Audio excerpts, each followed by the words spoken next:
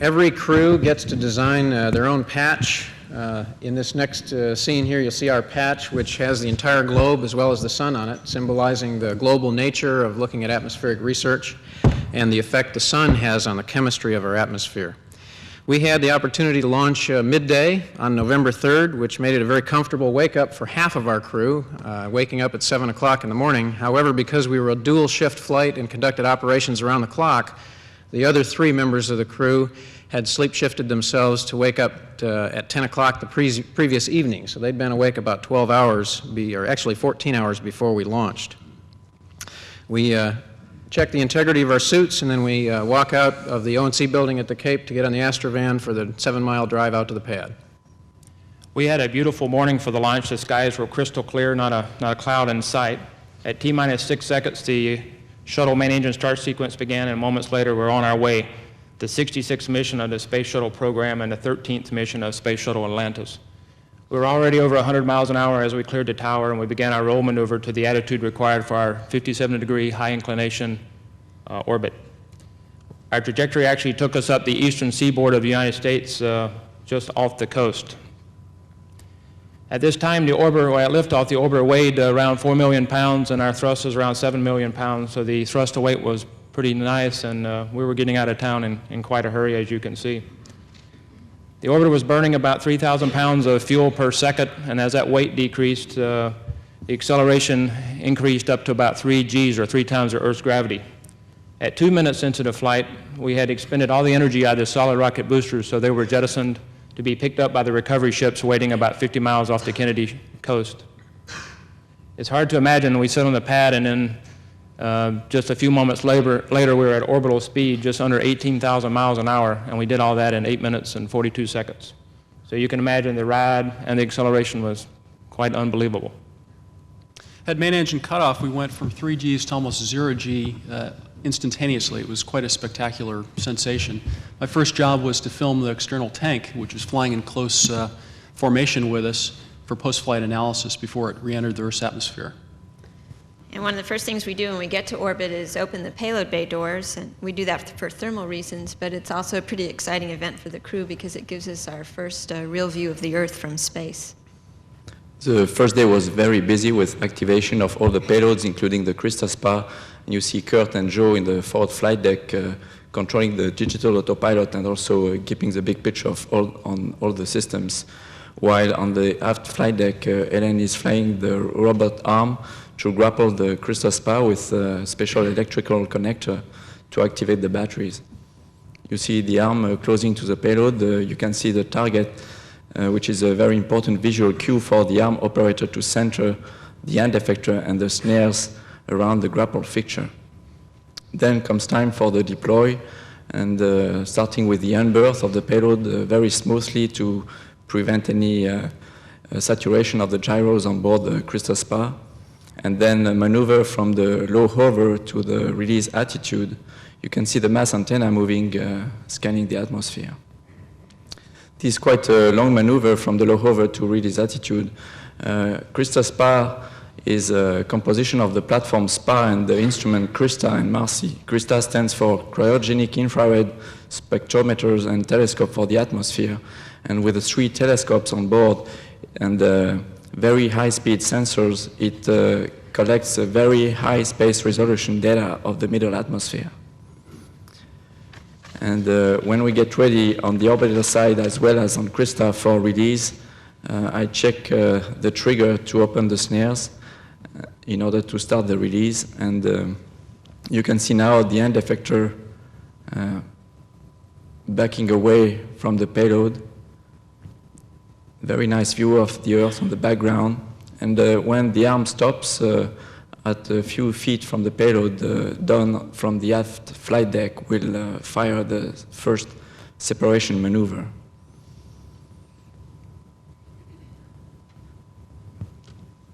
And once the deploy is complete, the ground team and the crew on board is very happy with the successful deploy. Here's a view of the payload bay showing the atmospheric and solar science instruments. The main structure that you see is the Space Lab palette with the 6 Atlas instruments on board, as well as a lot of the support equipment. This is a close-up of some of the solar instruments, and you see the door opening on SolCon, which measures the amount of energy coming from the sun. And this is another view of the payload bay taken from the camera that's on the elbow joint of the robotic arm. Here's a view of SSBUV, an ozone measuring instrument, as the door opens and it begins to measure the backscattered ultraviolet light from the Earth, which will allow it to measure ozone. This is the ESCAPE payload, a solar physics experiment sponsored by the University of Colorado, and it took advantage of 4 solar viewing periods throughout the flight.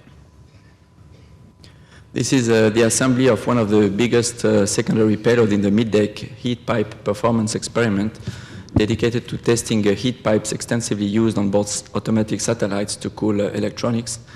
Helen is currently running a spin test where pipes are spinning to see how centrifugal force prevents the heat pipe to work properly, and we could set the power as well as the spin rate. We had also a PGAC to help collecting data.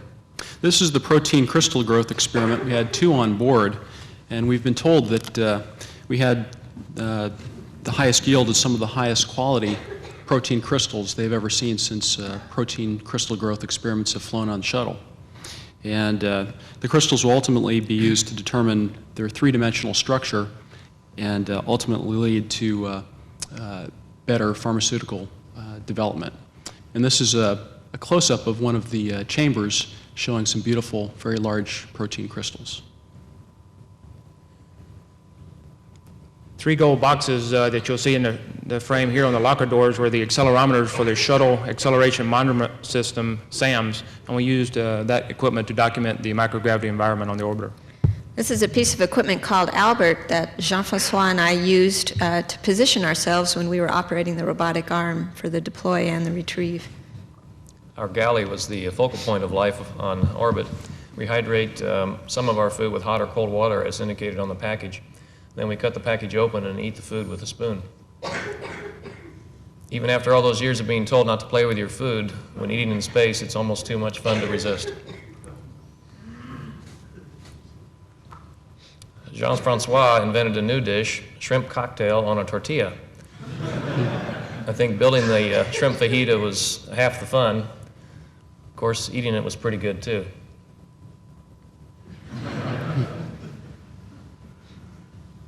We had plenty of cameras on board to document not only our in-cabin activities, but also the extensive Earth obs potential we had on our 57-degree inclination flight.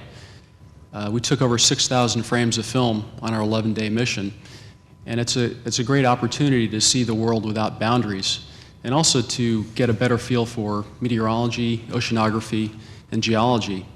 This is a tremendous view of plate tectonics in action. This is the Indian plate meeting Asia, arising in the Himalaya range. And in the foreground, you can see the Ganges River here, several of its tributaries and alluvial fans that feed into the Ganges, and the foothills to the Himalaya range. And this is literally the roof of the world. There are several 8,000-meter peaks in this field of view here, including Mount Everest and Annapurna. Just a gorgeous sight that the Blue Shift had a chance to see on several passes. Up at the top of the field here is Bow Tie Lake, one of the landmarks that we use to identify Mount Everest as we go by. And now in the field is the Tibetan highland. It's a very arid land with a mean altitude of 14,000 feet above sea level. This is a beautiful scene of the Great Barrier Reef off the northeast coast of Australia. You can see the coral formations, the different color water indicating different depths, several plankton blooms, and the ocean currents in the sun glint to the right. We had the opportunity to see several major storms while we were on orbit. This one was Hurricane Florence that occurred early in our flight. We had the opportunity to pass by and zoom in on the eye of the hurricane, and you can see a very well-defined wall.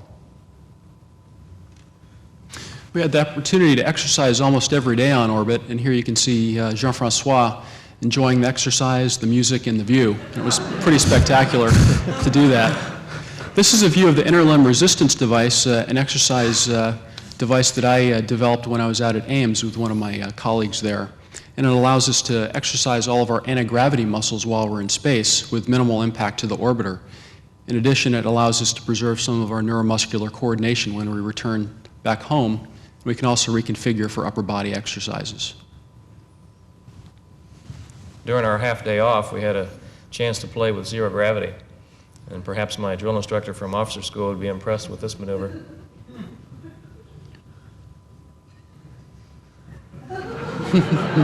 Another big challenge during our little free time on orbit was with Scott and I trying to rendezvous two big bubbles of water together, and we managed to do that, although it's very difficult to handle this soft big bubble in the mid-deck. And even when you want to take a CD, you know, it flies away like a frisbee. This is me being attacked by the morning mail messages from Mission Control one day. We are frequently asked how we sleep in space, and although on different shifts, here the three rookies are demonstrating the use of our sleep stations.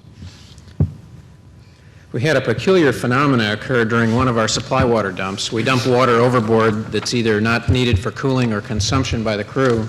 You can see in the upper left corner here is the supply water dump nozzle with a stream of water coming out. What's building here is an icicle that formed on the outside of the cargo bay door, which is off the picture to the right. And the icicle formed and would have continued formation probably right up to the dump nozzle had we not stopped the dump at about this time. Now watch the plug here. This is a look at the entire icicle after it had formed about 6 feet long off the payload bay door, and that part of that ice remained all the way through the entry until post-landing. It was still on the vehicle. Here we have the flight deck crew, Don, myself, and Joe preparing to do a procedure called flight control checkout, where we crank up one of the auxiliary power units for hydraulics, and we move all the flight controls and check all the instrumentation and displays out for our trip home, make sure Atlantis is ready to come home. Standard procedure we do every mission. And after 8 days of free flight, it was time to join back up with spas to bring it home. It is a beautiful sight here against the deep black of space. Kurt monitored the rendezvous and performed the final burns from the left seat, while I managed the various sensors used to display our approach on a portable computer. Don flew the final stages from the aft station, taking inputs from us and the computer program, but ultimately using the best sensors we had on board, his very own eyes. We worked our way in until we could see every detail of the surface of the crystal spas. Finally, for the grapple, Jean-François operated the handheld laser and gave Don and Kurt very accurate range and range rate measurements that allowed us to make our rendezvous time almost down to the second. Here's a little closer view of Christus Spas as Don is flying the final part of the approach, and I'm getting ready to use the robotic arm to do the capture.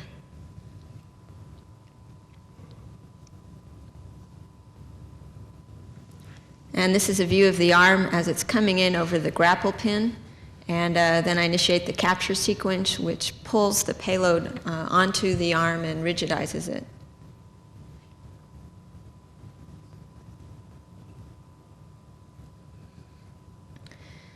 Here's a view after we've captured it and before we've berthed it in the payload bay, looking out the overhead windows. And the rendezvous was accomplished on flight day 10. On flight day 11, we went into our final solar viewing attitude, the last opportunity for the solar instruments to take measurements. And then flight day 12 was our day to come home.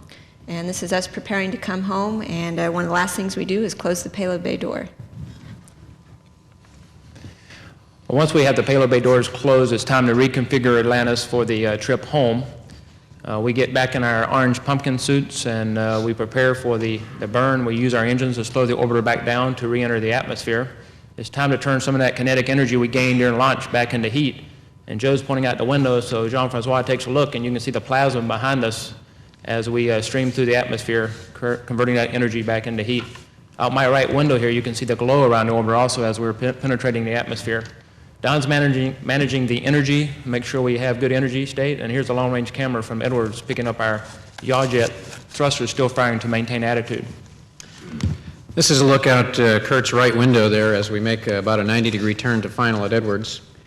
As we roll out on final, we had one final test to perform before we landed. It was a subsonic aero test to roll the vehicle left and right, and to yaw the vehicle left and right to look at control power in those control surfaces to see if there's a potential for more crosswind capability in the vehicle.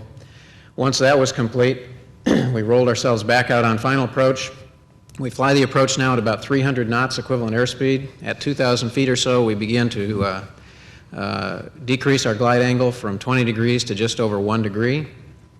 At 300 feet, Kurt extended the gear for us, and as we continually decelerate, we cross the threshold of the runway at about 225 knots, 17 feet in the air, and targeting a touchdown speed of 195 knots. We touch down about 3,200 feet down the runway, and immediately after touchdown, we deploy a drag chute. We had the first reusable drag chute of the Space Shuttle program. The drag chute helps us decelerate as well as lowers the slapdown rates on the nose gear. The deceleration we get out of the drag chute reduces the amount of runway we use by about 1,500 to 2,000 feet. At about 60 knots, we release the drag chute so we don't have to contend with that hardware post-wheel stop.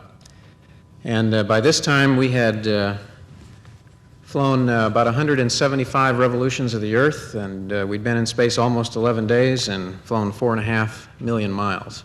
And we badly needed a shower and a comb-cooked meal.